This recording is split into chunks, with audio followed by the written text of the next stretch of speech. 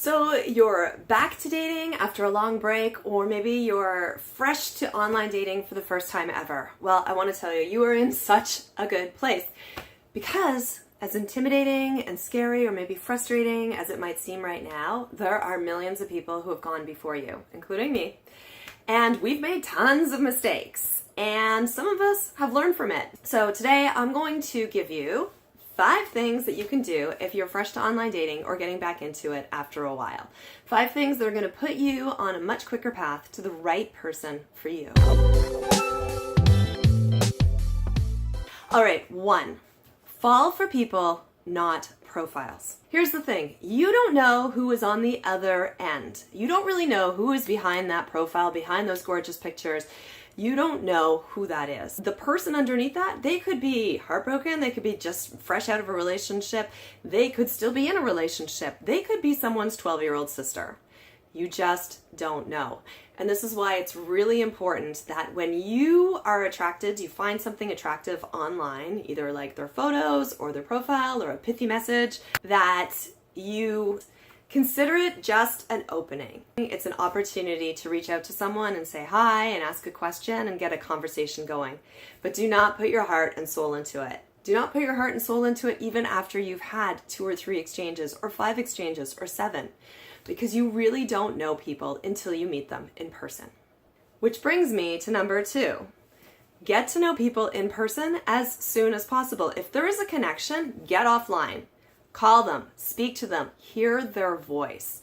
Do something where the interaction is real time. So by this, I don't mean texting, because texting gives us that time to think about exactly how we want to respond and to, in some ways, kind of craft the message in a way that we think the other person is going to want to hear. And we play these little mind games with texting. So texting isn't really a great way to know a person. The best way to know a person is actually to meet them face to face. But if you're not comfortable with that, have a telephone conversation with them. You can learn a lot from a person's voice. You can hear enthusiasm in their voice. You can hear sadness in their voice. You can hear anger. You know, I had a really great connection with a guy once, and then we talked on the phone, and I was like, whoa, he's really bitter. I don't want to go anywhere near that. And I said, you know what? Thanks for your time. I don't think we're going to be a good match, but best of luck to you. And I hung up. If you're worried about your telephone, about privacy, about them getting your number, there's ways around this. You can get burner numbers. You can get, if you're in the United States, you can get a Google Voice number. But definitely, if there's a connection, don't let it go on online or on text for too long. Get offline, have a telephone conversation, or if you're comfortable with them, meet them in a public place. Go out on a date. That's how it's done. 3, take nothing personally. And this is a challenge because there will be people online, if you're online for long enough, who will push your buttons. I almost got kicked off OkCupid because I got into it with a toxic person. And I'm going to talk about how to deal with that in a future video.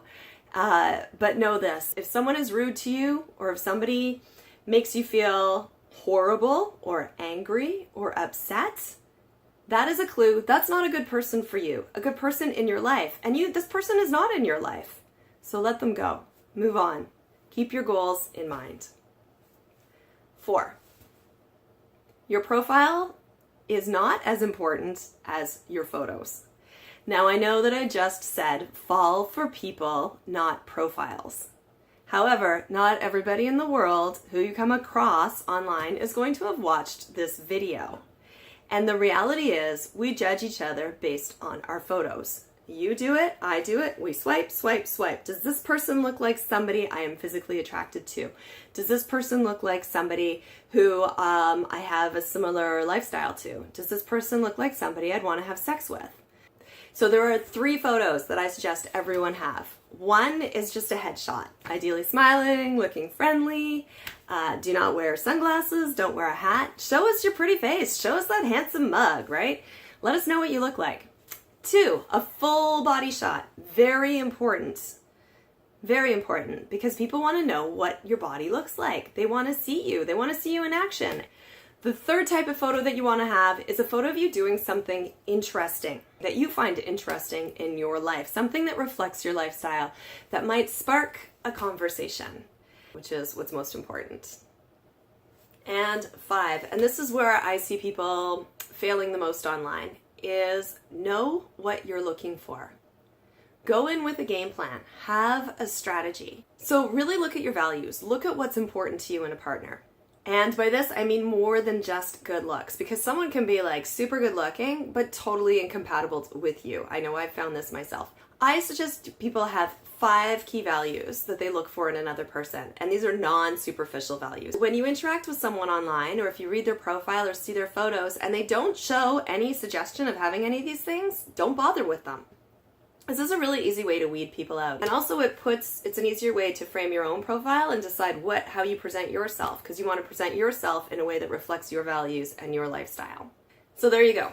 5 things to do when you're fresh to online dating or getting back into online dating after a while. 5 things that are going to put you on a quicker path and a much easier, more peaceful online journey. Now, of course, online dating, I just want to stress this again, it's only one part of a larger strategy to meet people. And what is the best dating site in the world? Well, I'm going to put it to you. The best dating site in the world is the world. So get out in it, meet people. If you are struggling with dating after a long-term relationship or just after being single for a long time, there's six stages of dating that a lot of people go through after a relationship on the way to the one or the next one, or the ones in some cases, for them. So if you want to learn more about that and find out how you can better navigate your way through those stages, take the quiz below on what stage of dating you're in and get some tips and tricks that'll help you get on your way. So take the quiz, and until next time, hugs and kisses. Love you.